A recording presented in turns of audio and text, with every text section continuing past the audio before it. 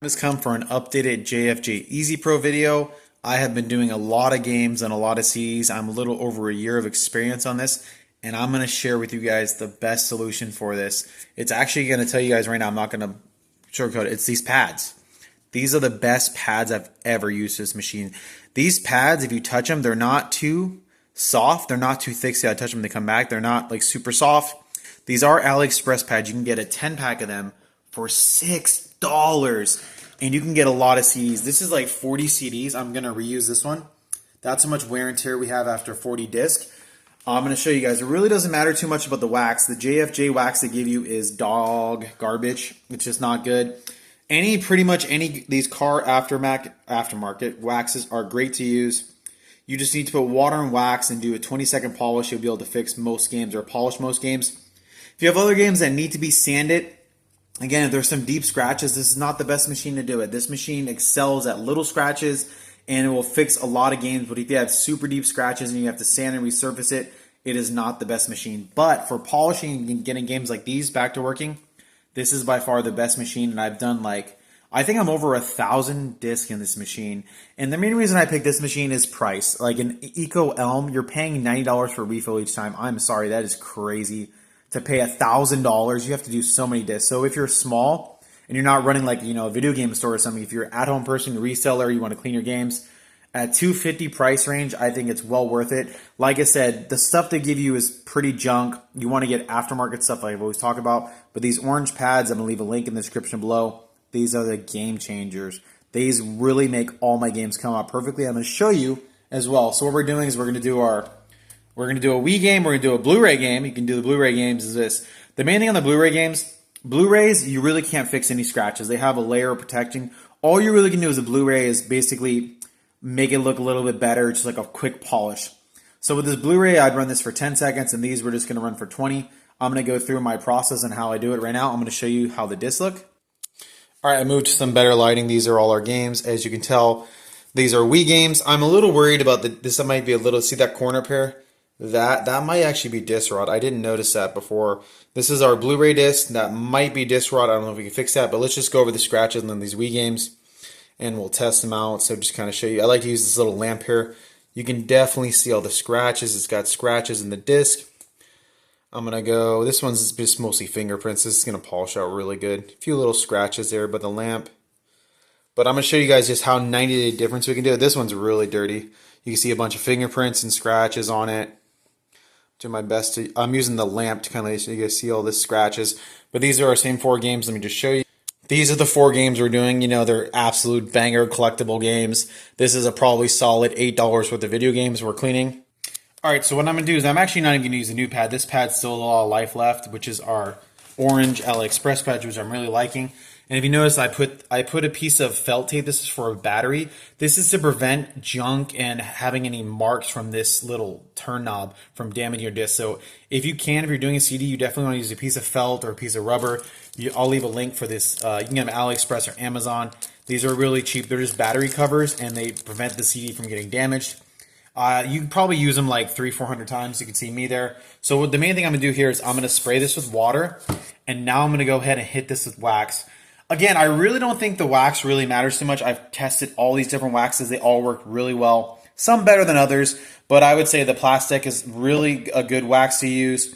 The Meguiar's Ultimate Polish is really good. Even this old school turtle wax works really well. And the Meguiar Cleaner Wax. I really think they're all good. The only one I'll tell you right now, which is the worst, is the one that comes with the kit, guys. If you are buying this, you are stupid. I'm sorry. It is not good polishing compound. The JFJ does not make good polishing compound. Buy car compound. 1, it's cheaper. 2, it works better. All this stuff works really well. I haven't had any issues with all of this. As long as it's nice and it's like you want your wax not to be liquidy. You want it to be waxy. So for this one, we'll just go use this turtle wax. Or I can do some of you guys. We'll just use the plastic. Super easy because I know this is easy accessible on Amazon. I'll leave a link in the description of the video. I'll show you exactly how much I put on. I just need both hands really quick. All right, so if you notice, I put the wax on the pad. I've already damped the pad. What I do is I run the pad through my sink, and I get it nice and wet. You see it's nice and damp. I'm going to go push all this wax in there. I use this to push the wax down. That's all I use it for. It's about halfway full. I mean, I've tested this stuff. It's just not very good. And I have the CD already wet. So now what you do is You get the CD. This blue tape as well is for splatter because the machine's a very manual machine. It's a very messy machine. I'm going to clamp it down and we're going to do 20 seconds. Give me 1 second. All right, this is actually our Blu-ray game. So the Blu-ray, I'm just going to run this for 10 seconds just because we need to just polish it. Blu-rays are 10 to 20 seconds. You don't want to go too long because you actually can scrape off the layer of Blu-ray protectant. But if we're just polishing Blu-rays, that's really all you can do. 10 or 20 seconds max for Blu-rays. You'll see it'll come out brand spanking new. This is our Blu-ray. I mean, look at that thing. It's beautiful. You see me. Here I am. It's going to come out great. We're going to wipe it off with a microfiber and hit it with some laser media.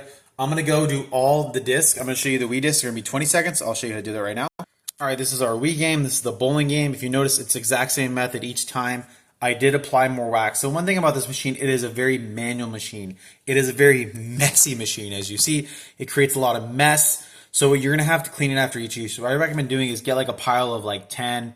I've done 100 in like a few hours. I don't recommend doing that. It is very, very boring, but it can be done. What I recommend doing is doing like, do like a group of them and you'll be good. So now we're putting it down. And since this is our Wii game, we only need to polish it for 20 seconds. Here's some live action for you guys. 20 seconds is some live action. You can see the disc getting work. This is an aftermarket pad. So if you get too much spin, you want to make sure you put it right in the center. I'd probably have it a little bit off, to be honest, which is not a huge deal. We'll still clean the disc. So about 20 seconds, this should come out really good. And then if you care about the game, you're going to want to definitely hit it with some laser media. This gets all the rest of the dirt and gently remove stuff. It actually does work. It's very expensive. I've had this for a while. I think I've got probably 600 CDs out of this, maybe, about that. So yeah, when it's done, you're just going to pull it up and you'll see it moved a little bit. But this is just residue. This is the wax from the Meguiar's Plastex over here. So what you want to do is with a microfiber, you want to rinse it off, just the wax. And then when you're done with that, you're going to want to spray it with the laser media with 2 spritz and then wipe it with a nice clean microfiber.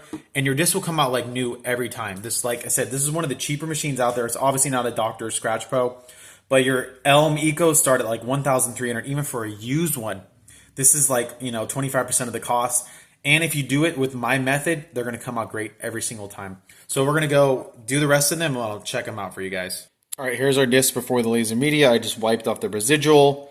As you see, they already look pretty amazing. I'm not sure this one might have disc rot. You can't fix disc rot, but I'll go ahead and see. I'm just spraying them with one spray and cover most of the disc. You can get it, if you spray right in the middle, you can kind of get away with one spray to save this stuff. This stuff's really expensive. Sometimes you got to use 2.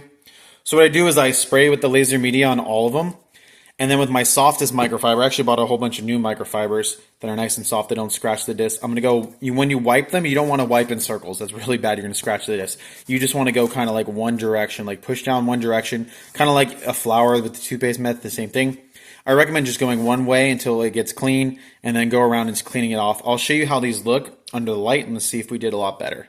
But this is how they're going to look for a little bit. I'm just going to wait like a minute and I'll wipe them off. Also, this is a mess. I have to clean it. This is only after 4 games. So the stuff on the side you're seeing there, that's part of the pad. The pad is going to disintegrate. It's going to put wax in there. This is kind of like a bucket. You can put a little bit of water, not too much, but you're just going to want to clean this out. Make sure you clean out the disc because you're going to get like stuff on the back side of the disc. And if you notice, I have this over here. It gets all the gunk. I'll clean that out. It flings a bunch of gunk here, and this protects the arm. So definitely clean your machine when you're done. Let's check out the disc and see how they came out. All right, these are the same games. I assure you I'll flip them over to show you. Let me get our lamp to show the scratches in them. They're not scratch free, but from what they were to what they are, like I said, look at the beginning of the video. You definitely can see the difference. I'm trying to move my lamp. The lamp can really show the scratches. There's a little scratch there by the lamp on that CD, but like I said, it does a very good job. This is our Blu-ray. You can still see, I think this is disc rot. See that little corner there? I think this one's disc rot. I think I got hosed on this game. I'll test it and find out. We'll go ahead and test my Wii games. I just sold my Xbox One, so I'll test it on my computer system. There's like a little scratch there. It might be something. Yeah, I think I need to wipe this off right there. I need to wipe that. You can see it right there.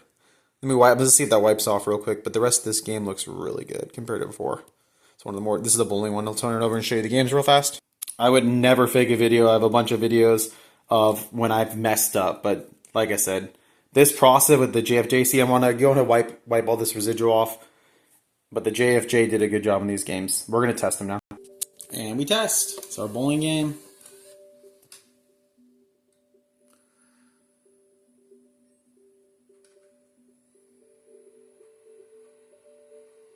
Really not too worried about it working. Took a second to load. Bam. Bowling. It works. Really not too worried about it. Boom. Alright, let's try some other ones. We're doing it. One more. You pause? You know your boy's going to be hitting the Just Dance 3, obviously. Anyways, like I said, everything worked out perfectly like I knew it would. If you just follow my process and my method, if you have the JFJ Easy Pro, your games will come out and they'll work every time. As long as they're not super scratched, this machine does an amazing job. Like I said, the sanding is a little more difficult, but if you're looking to polish your games and get out little scratches, the method with the pads and the car polish is by far the way to go, and the proof is in the pudding right here. Everything worked out great.